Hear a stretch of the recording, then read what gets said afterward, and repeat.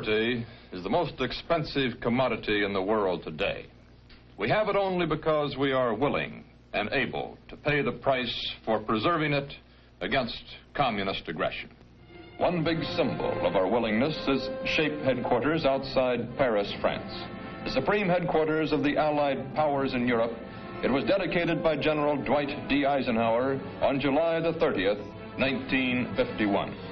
In all history, this is the first time that an Allied headquarters has been set up in peace, to preserve the peace and not to wage war. This headquarters has a motto. It sums up the purpose of the 14 nations that are committed to the fight for world freedom. Translated, it says, vigilance is the price of liberty.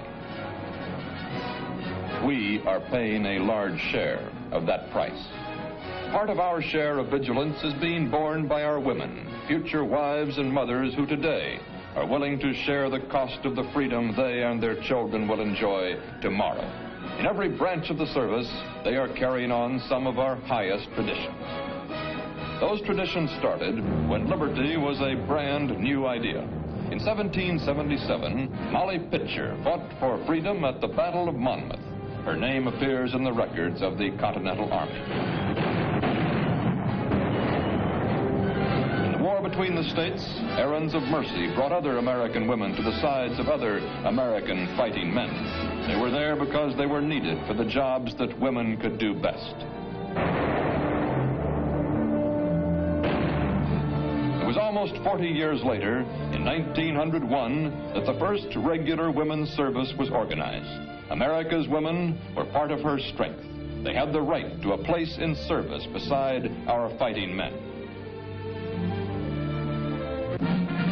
They took that place in World War I. In step with tradition, they were very much in style with the spirited thinking of the times. The tall young man is Franklin Roosevelt, Assistant Secretary of the Navy. War was primarily a man's business, but liberty was everybody's business. If it was a woman's world too, it was also their world war. In those days, there were enough men to meet our military needs, but there were jobs and service for women who wanted them. Women shared in the victory and the honors that followed. To some of these women, General Pershing presented his thanks in person. Perhaps he realized that he was taking a picture of the future. It was a different kind of a world in 1940, when Secretary Stimson drew the first draft number, and we faced a different kind of war. This was a national emergency. No nation on earth could draft enough men to win a total war. American women were ready with the answer.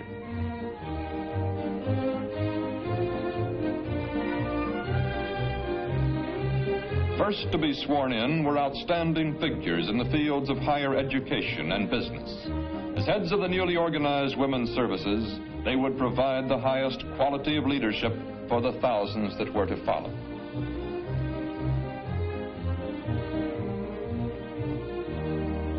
And they did follow. American women from 20 to 50, volunteers for service with the Army, the Navy, Marine Corps, and Coast Guard. Pride and patriotism played a part in their decisions to enlist, but for many of them, there were deeper, more personal reasons. This mother enlisted with the Coast Guard to replace her son who died winning the Congressional Medal of Honor. Another mother enlisted at the same time and in the same service as her 19-year-old son. For other women, there were other reasons. Whatever they may have been, the women were there. It was a woman's world, too, in peace or war. Behind these women were heroic traditions. In front of them was a tremendous task. Wax, waves, spars, women Marines, nurses, dietitians, therapists. This was an all-out war that knew no boundaries. Every one of them was needed for a job that would help to win the war. No overnight miracle produced the women's services. It took more than a well-tailored uniform to change an American girl into an American servicewoman. It took study, perseverance, courage, and hard work. It took a willingness to learn new discipline and new skills. Whatever it took, these women had it. World War II was a mechanized war, but winning it still depended on spirited human endeavor. pride and the courage of conviction were to characterize the activities of 300,000 American servicewomen during World War II.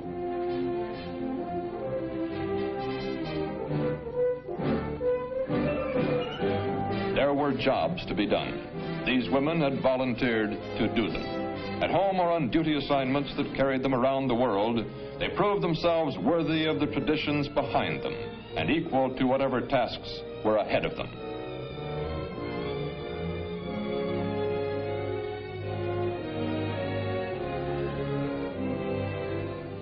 Wherever they landed, they took the situation well in hand.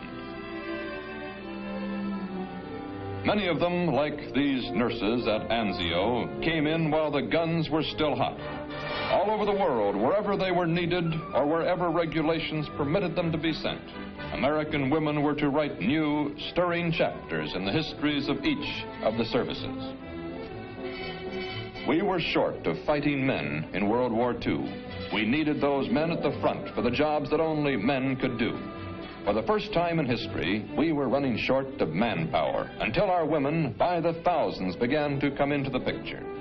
It was a women's war, too, and as the need became acute, more and more of them came in to learn the skills which enabled them to take over more and more jobs. We needed women for the jobs that women can do as well as men, and we needed them for the jobs that women can do best.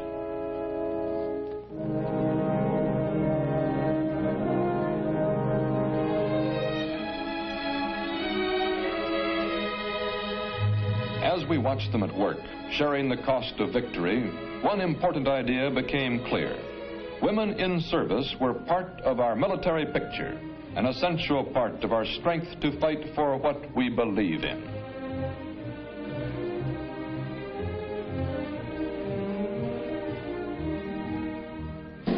For our women in service, worldwide recognition was added to the personal satisfaction of a tough job well done.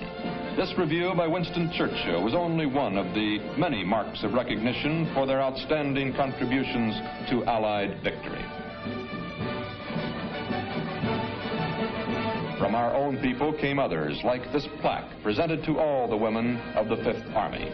For other individuals, there were medals and citations for meritorious service above and beyond the call of duty. At home and abroad, the conduct of our service women was in keeping with our finest military traditions. One of the lessons of World War II was that women were indispensable to our military establishment in war or peace.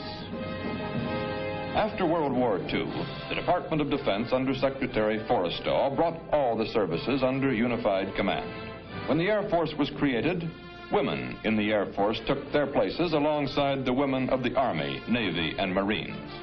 Many of them were veterans whose wartime service was commemorated in the special postage stamp that President Truman first presented. American women had fought for freedom. They would fight to retain it. The women's services were up to date and here to stay.